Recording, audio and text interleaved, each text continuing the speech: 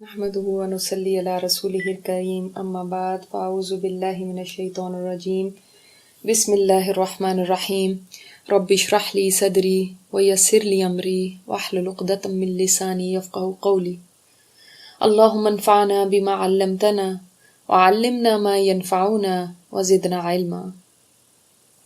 ہم چلتے ہیں اپنی ڈائری کی طرف۔ اس ڈائری کا وہ پتہ ہے مقصد یہی ہے کہ کچھ ایسی حقیقتوں کی طرف توجہ دلائی جائے جو اکثر ہم بھولے بیٹھے ہوتے ہیں یا کبھی توجہ ہی نہیں کی ہوتی۔ تو دیکھتے ہیں آج اس ڈائری میں پارٹ 6 میں ہم کیا سیکھیں گے۔ روبی نے جانے سے پہلے میری بات اماں سے کرائی۔ اماں اب پہلے سے بہت زیادہ کمزور ہو چکی ہیں۔ اس بڑھاپے میں میری طبیعت نے ان کی تو جیسے کمر ہی توڑ کے رکھ دی۔ ان سے فون ملا کر جتنی دیر روبی نے میرے کان کے ساتھ لگائے رکھا، مسلسل ان کی دعاؤں کی آواز آتی رہی اور میرے دل سے نکلا رب ارحمہما کما ربیانی صغیرا، اے اللہ تو بھی ان کے بڑھاپے پر رحم کرنا۔ میری تکلیف نے ان کے بڑھاپے کو اور مشکل کر دیا۔ میری سلامتی ان کے لیے بڑھاپے کی عمر میں ان پر رحم ہے اور میری تکلیف بڑھاپے میں ان کے لیے اذیت ہے۔ والدین تو ہر خوشی اولاد کے ساتھ ہی سمجھتے ہیں۔ اولاد چاہے عمر کے کسی حصے میں پہنچ جائے، اولاد خوش تو والدین خوش، اولاد تکلیف میں تو والدین تکلیف میں، اور وہ تو جیتے جی مر جاتے ہیں اگر اولاد کی کوئی ایسی پریشانی ان کو پتہ چل جائے جیسی مجھ پہ گزر رہی ہے۔ اماں کو جب سے میری طبیعت کا پتہ چلا، ان کی حالت دن بدن بگڑتی ہی جا رہی ہے۔ اب سوائے دعاؤں کے وہ کچھ نہیں کہتی۔ کتنی بے لوث ہیں یہ دعائیں، میں تو ان کی خدمت بھی نہ کر سکی۔ یہاں آنے کے بعد اماں سے روزانہ رابطہ بھی کر نہیں پاتی تھی۔ بعض دفعہ وہ فون کرتی تھی تو میں کہہ دیتی تھی اچھا اماں بعد میں بات کروں گی، ابھی میں کہیں جا رہی ہوں، اچھا ابھی میں مصروف ہوں، اچھا ابھی ٹائم نہیں ہے۔ پیسے کی کمی نہیں تھی مگر زندگی اتنی مصروف تھی کہ ہر سال ان کو جا کر دیکھنا بھی ممکن نہیں تھا۔ 2-3 سال گزر جاتے تھے، پھر کہیں 10-15 دن کے لیے جاتی تھی، اس میں بھی اماں کی خوشی دیکھنے والی ہوتی تھی۔ شاید بڑھاپے میں والدین کی تو نظریں جیسے دروازے پر ہی لگ جاتی ہیں کہ کب ان کا بچہ گھر لوٹ کے آئے گا، اور ان کی آنکھیں ٹھنڈی ہوں گی۔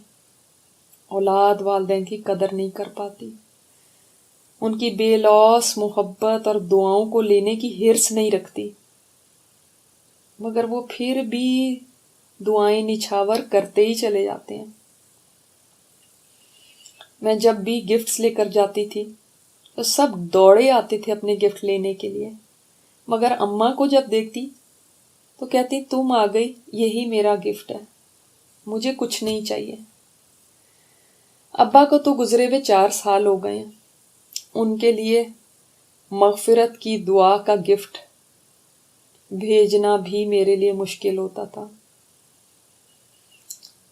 جب کبھی دعا کا موقع ملتا تو کر لیتی، مگر اکثر نماز کے بعد 10 کام یاد آ رہے ہوتے تھے تو دعا بھی ڈھنگ سے مانگ نہیں پاتی تھی، جلدی سے اٹھ جاتی تھی۔ آج میں اپنے بچوں کے لیے اتنی شدت سے یہ چاہتی ہوں کہ وہ میرے لیے صدقہ جاریہ بنے، مگر سوچتی ہوں میں خود تو اپنے ابا کے لیے صدقہ جاریہ نہیں بنی۔ ان کے جانے کے بعد میں نیکیوں کے ذریعے اور دین پر چل کر ان کی نیکیاں بڑھا سکتی تھی۔ وہ کتنا انتظار کرتے ہوں گے کہ ان کے بچوں میں سے کوئی تو ان کے لیے صدقہ جاریہ بن جاتا۔ مگر سبھی اتنے مصروف ہیں، اپنے لیے کمائی نہیں کر پاتے تو ان کے لیے کہاں سے کریں گے؟ اپنے لیے دعائیں کرنے کا وقت نہیں تو ان کے لیے کب ملے گا؟ اب تو دیکھیں میرے پاس وقت ہی وقت ہے، اس بستر پر پڑی ہوئی یہی باتیں سوچتی رہتی ہوں۔ صحت کے دنوں میں زندگی اتنی تیز دوڑ رہی تھی کہ کبھی فرصت ہی نہیں ملی تھی اتنے پیارے رشتوں کے بارے میں رک کر سوچنے کی۔ ان کو تو فار گرانٹیڈ ہی لیا ہوا تھا کہ بس ہیں تو ہیں۔ صحت کے دنوں میں کہاں پتہ چلتا تھا کہ دن آیا کہاں اور گیا کہاں۔ دن ہوتا رات ہو جاتی، پھر دن ہوتا اور رات ہو جاتی۔ تیزی سے گزرتا وہ وقت اجازت ہی نہیں دیتا تھا کہ اس میں قیمتی ترین رشتوں کو اور قیمتی ترین لمحات کو استعمال کر لوں۔ یہ گزر جائیں گے۔ زندگی کی بھاگ دوڑ میں جو سب سے اہم چیزیں تھیں انہی کو میں اگنور کر گئی، پینڈنگ میں ڈالتی چلی گئی، اور شاید یہی سوچ کے کہ اب سب کون سے بھاگے جا رہے ہیں، بعد میں کر لوں گی۔ اس میں آخرت کی تیاری بھی شامل ہے، بچوں کے دین کے لیے محنت بھی شامل ہے، رشتوں کو نبھانا، والدین کے دل کو خوش کرنا، یہ سب اسی میں شامل ہے۔ اس کے لیے کبھی وقت ہی نہیں بچا کہ تھوڑی دیر کے لیے سوچوں۔ یہ سب بہت قیمتی ہیں اور یہ ہمیشہ ساتھ نہیں رہنے۔ اماں نے فون پر بتایا تھا کہ ہماری کزن شاہدہ باجی کی بیٹی کی شادی آ رہی ہے اور وہ میرے لیے بھی کارڈ دے گئی ہیں۔ کارڈ کا سنتے ہی مجھے ایک بات یاد آ گئی۔ چھوٹی بہن کی شادی کی اس بات کو بھی کئی سال گزر چکے ہیں، مگر اب یہاں پڑے ہوئے سوائے یادوں کے اور تو کچھ رہ نہیں گیا۔ مجھے یاد ہے کارڈ چھپے تھے تو میں نے ایک ہنگامہ کھڑا کر دیا تھا کہ میرے شوہر کا نام RSVP میں کیوں نہیں لکھا گیا؟ چلو میرا نہ صحیح، ان کا تو ہونا چاہیے تھا، آخر وہ داماد ہیں۔ میں اتنی ناراض ہوئی تھی کہ میں نے کہا تھا ٹھیک ہے ہم پھر شادی پہ نہیں آ رہے۔ یہ کیا بات ہوئی؟ داماد کو اتنی بھی اہمیت نہیں دی آپ نے؟ کتنی بیکار باتوں پر میں ناراضگیاں دکھاتی تھی۔ مجھے نہیں پوچھا، مجھے اہمیت نہیں دی، مجھ سے مشورہ نہیں کیا، مجھے کیوں نہیں بتایا پہلے؟ یہ بھی کوئی باتیں تھیں جن پر خاندان میں کبھی کوئی ناراض ہو کر بیٹھ جاتا تھا، کبھی کوئی۔ حالانکہ کارڈ پر لکھے جانے والا نام کیا حیثیت رکھتا ہے؟ کوئی ذرا دیر کو کارڈ دیکھے گا اور پھر اٹھا کر پھینک دے گا۔ خاندان میں کوئی اس بات پر ناراض ہو رہا تھا کہ ہمیں بچوں سمیت کیوں نہیں بلایا۔ کوئی کارڈ پہ لکھے جانے والے اپنے نام کے اوپر ناراض ہو رہا تھا کہ ہمارا نام تو نیچے کہیں لکھا ہوا ہے، ہمارا نام اوپر کیوں نہیں لکھا۔ ابا تب زندہ تھے، مجھے خوش کرنے کے لیے انہوں نے اسپیشل مہندی کا کارڈ بنوایا جس میں میرا نام لکھوایا، تب کہیں مجھے چین آیا۔ اس پر بھی میں نے کہا ڈاکٹر ضرور لکھوائیے گا میرے نام کے ساتھ۔ یہ وہ باتیں جن کو پلٹ کے میں نے کبھی سوچا بھی نہیں تھا، مگر یہاں لیٹے ہوئے اپنے یہ قصور شدت سے یاد آتے ہیں اور اتنا پچھتاتی ہوں۔ کیا سمجھتی تھی میں خود کو؟ کیا حیثیت تھی میری اور میری اس PhD کی ڈگری کی؟ کچھ عرصے میں میرا تو نام تک کسی کو یاد نہیں رہے گا۔ کیا رکھا ہوا ان ناموں میں؟ میرا نام ساری زندگی اسی کی جنگ ہوتی ہے۔ میرا نام اناؤنس نہیں کیا گیا، میرا نام لکھوایا نہیں گیا، میرا نام لے کر مجھے اپریشیٹ نہیں کیا گیا۔ اس نام کی کیا حیثیت جو گم نام ہو جانے والا ہے۔ ہم سبھی تو گم نام ہو جانے والے ہیں۔ اس دنیا میں تو بڑی بڑی شہزادیاں گزری، ملکائیں گزری، ان کو نہیں کسی نے یاد رکھا، تو میری کیا حیثیت ہے؟ ان ناموں کے پیچھے ہی زندگی میں اتنی لڑائیاں ہوئیں، حالانکہ نام انسان کے ساتھ دفن ہو جاتے ہیں۔ ہسپتالوں میں، اداروں میں، سڑکوں پر لوگوں کے ناموں کی تختیاں لگی ہوتی ہیں، مگر کیا ہوتا ہے؟ لوگ گزرتے ہوئے ایک نظر ڈالتے ہیں اور آگے بڑھ جاتے ہیں۔ وہاں اس نام کی جگہ کوئی اور نام بھی ہوتا تو کسی کو کوئی فرق نہ پڑتا، کوئی پرواہ نہ ہوتی۔ مگر تختی والا اپنا نام لکھوانے کے لیے نہ جانے کتنے جتن کرتا ہے۔ کس دن یہ بات ہم سب کو سمجھ آئے گی کہ ہم سب گمنام ہیں۔ یہ بیگم صاحبہ، ڈاکٹر صاحبہ، میڈم، یہ سب دھوکے ہیں۔ ادھر آنکھ بند ہوئی، ادھر صرف میت کہلاؤں گی۔ یہ پی ایچ ڈی کی ڈگری جس کو میں نے دن رات محنت کر کے حاصل کیا، ردی کی ٹوکری میں چلی جائے گی۔ اس کو رکھ کر کسی نے کرنا بھی کیا ہے؟ یوز لیس چیزیں کون جمع کرتا ہے؟ اور میں نے اس ڈگری کو اس قدر سیریس لیا تھا کہ اپنا وقت، اپنی ذہانت، اپنا پیسہ، اپنی قیمتی عبادات تک بھی، فرض عبادتیں تک بھی اس کے لیے چھوڑ دی تھی کہ ٹائم نہیں ہے میرے پاس نماز کا، کیا کروں، امتحان ہے، روزہ کیسے رکھوں گی۔ مجھے عمل کی ڈگری حاصل کرنے کی طرف کبھی توجہ نہیں تھی۔ ہاں، پی ایچ ڈی کی ڈگری حاصل کرنے کے لیے بہت وقت تھا۔ اب کوئی تو مجھے بتائے وہ کون سا فرشتہ ہے جس نے میری یہ ڈگری دیکھنی ہے، جس نے پوچھنا ہے کہ کتنی بڑی یونیورسٹی سے تم پڑھ کے آئی ہو، جس نے امپریس ہونا ہے میرے نام سے کہ کتنی بڑی شخصیت پہنچی ہے۔ میری ڈریسنگ کی میری دوستیں بہت تعریف کرتی تھیں کہ اس فرشتے نے یہ کہنا ہے کہ میں ڈریسنگ بڑی زبردست کرتی تھی۔ ڈریسنگ تو دور کی بات، مجھے تو آئینہ دیکھے ہوئے بھی اب عرصہ ہو گیا۔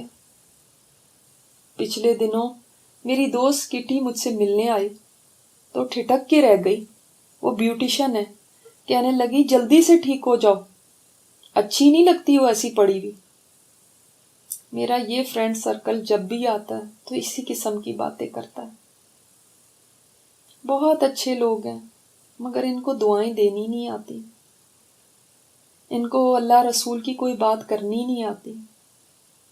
کٹی اس دن مجھے دیکھ کے کہنے لگی آج میں بس تمہاری ذرا گرومنگ کروں گی، دیکھو میں تمہیں کیسا تیار کرتی ہوں، لائٹ سا میک اپ کروں گی، کتنی اچھی لگو گی، اور میرے پاس تھریڈ بھی ہے، تمہاری آئی بروز بھی بنا دوں گی۔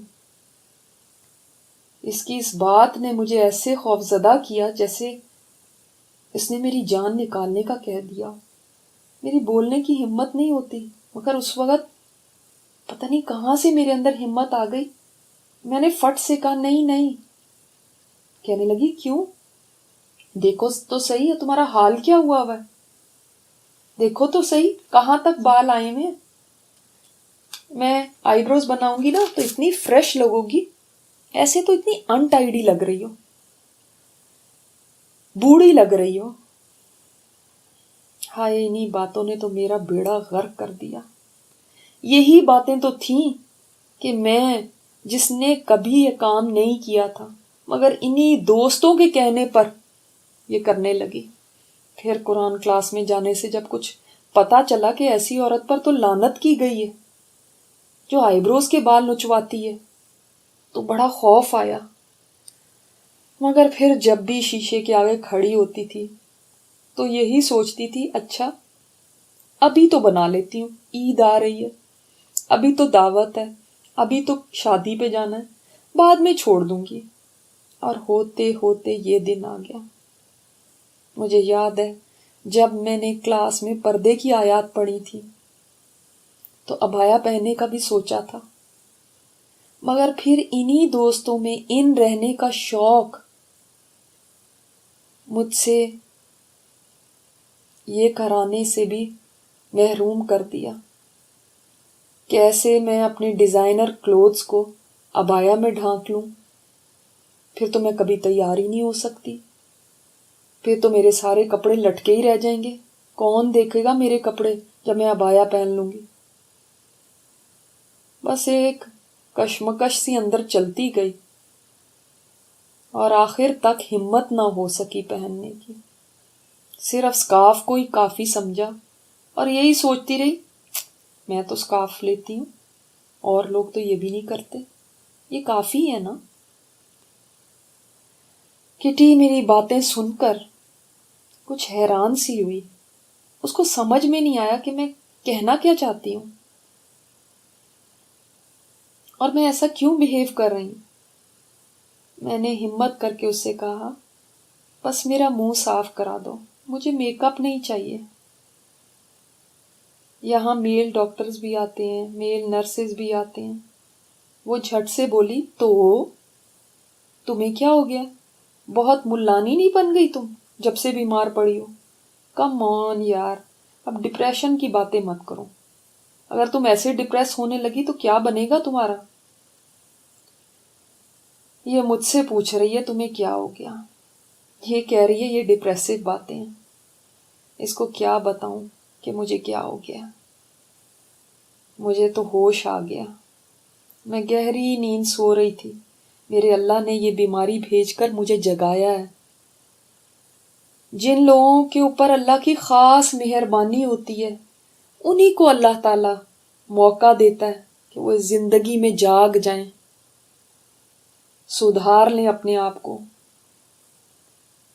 میں کبھی کبھی یہ سوچ کر ڈر جاتی ہوں کہ اگر اسی حال میں دنیا سے چلی جاتی جس میں تھی تو میرا کیا بنتا۔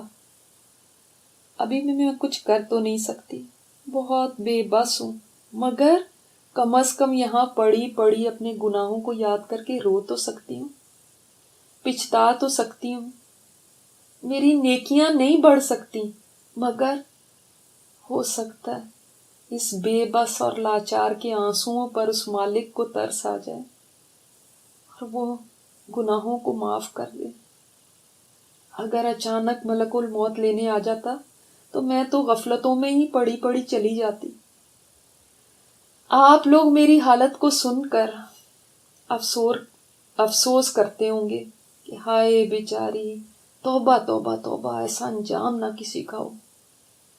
حالانکہ آپ کو کیا پتا میں نے کیا پا لیا ان بیماری کے دنوں میں۔ آپ ظاہر کو دیکھ رہے ہیں اور میں کسی اور دنیا کو دیکھ رہی ہوں۔ یہ میری جیسی کے لیے ضروری تھا، ورنہ میں نے کہاں سدھرنا تھا۔ میں تو اپنے رب سے اس پر بہت راضی ہوں، بلکہ شکر ادا کرتی ہوں کہ اس نے میرے اوپر بڑا احسان کر دیا، مجھے یہاں ڈال کر مجھے سوچنے کا موقع دے دیا، مجھے اصلاح کا موقع دے دیا۔ اب تو یہ سوچتی ہوں کہ اگر اللہ نے مجھے اور زندگی دی تو وہ بالکل مختلف ہوگی، میں نیک بن جاؤں گی، پہلی والی زندگی نہیں گزاروں گی۔ جو لوگ پہلے سے نیک ہوتے ہیں ان کے لیے تو ایسی بیماریاں درجے بڑھانے کا سبب بنتی ہیں، لیکن جو میرے جیسے بگڑے ہوئے ہوتے ہیں ان کو سدھارنے کا باعث بنتی ہیں، ان کو ہوش میں لے آتی ہیں۔ میری دعا ہے کسی کو بھی ہوش میں آنے کے لیے، غفلت سے نکلنے کے لیے ایسی کسی آزمائش سے نہ گزرنا پڑے۔ یہ بہت تکلیف دہ ہے، مگر جب بندہ کسی طرح سے بھی پلٹنے کو تیار نہیں ہوتا تو اللہ تعالیٰ پھر اسی طرح اس کا علاج کرتا ہے۔ ڈاکٹر بھی تو بیماروں کے علاج کے لیے ان کے جسموں کو چیرتے ہیں، پھاڑتے ہیں تاکہ شفا ہو جائے۔ میرے اللہ نے بھی تو مجھے شفا دینے کے لیے یہ بیماری بھیجی ہے تاکہ میں سیدھی ہو جاؤں، اور واقعی اس بیماری نے مجھے سیدھا کر دیا۔ پیاری بہنوں، میں نے تو بڑے ہی مشکل طریقے سے یہ سب سیکھا ہے، لیکن آپ اس دن کا انتظار نہ کرنا کہ کوئی ایسا وقت آئے تبھی آپ اللہ کی طرف پلٹیں، تبھی آپ زندگی کی حقیقت جانیں، تبھی آپ رشتوں کا پاس کریں، تبھی آپ اپنی اصلاح کریں۔ اس سے پہلے ہی اپنے آپ کو سدھار لیجیے گا، کیونکہ بیماریاں اصلاح تو کر جاتی ہیں مگر ہوتی بہت تکلیف دہ ہیں۔ مجھے بہت درد رہتا، جسمانی طور پہ بھی اور دل میں بھی۔ پچھتاووں کا ختم نہ ہونے والا سلسلہ ہے، صبح سے شام ہو جاتی ہے اور شام سے صبح، اور میری سوچیں ہیں اور پچھتاوے ہیں۔ زندگی کی ایک ایک بات یاد آتی ہے اور سوائے شرمساری کے اور آنسو بہانے کے میرے پاس کچھ نہیں ہے۔ ایسے وقت میں اگر کوئی اچانک میرے کمرے میں داخل ہو جاتا ہے تو سوچتا ہے شاید میں بیماری کی وجہ سے ڈپریس ہو گئی ہوں، حالانکہ ان کو نہیں پتا میرے اندر پچھتاووں کا درد ہے جو مجھے چین نہیں لینے دیتا۔ میں وہ ہوں جس نے سارا کا سارا پیپر ہی غلط حل کر دیا۔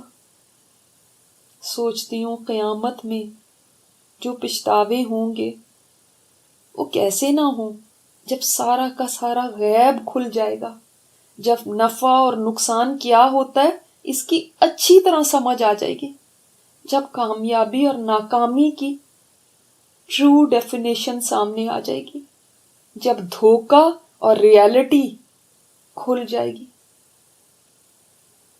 تب پچھتاووں کا حال کیا ہوگا؟ تب تو واقعی جو قرآن کہتا ہے کہ انسان اپنے ہاتھوں کو چبائے گا تو واقعی کیوں نہ چبائے۔ میں اچھی طرح سمجھ سکتی ہوں، یہ بات بالکل سچ ہے کہ واقعی پچھتاووں میں انسان یہی چاہتا ہے اپنے آپ کو کاٹ کھائے۔ مجھے تو اللہ نے ایک منی ٹریلر دکھایا ہے تو میرا یہ حال ہے، اور وہ دن جب سب پوری پکچر ہی سامنے آ جائے گی تب کیا حال ہوگا۔ مگر شاید جتنا اللہ نے مجھے دکھا دیا یہ پچھتاوے آج میری بخشش کا سامان بن جائے۔ یہ تھی آج کی قسط، اللہ کرے کہ یہ ہماری اصلاح کا سبب بنے۔ آج کی دعا: سبحانک اللہم و بحمدک نشہد ان لا الہ الا انت نستغفرک و نتوب الیک۔ السلام علیکم و رحمۃ اللہ وبرکاتہ۔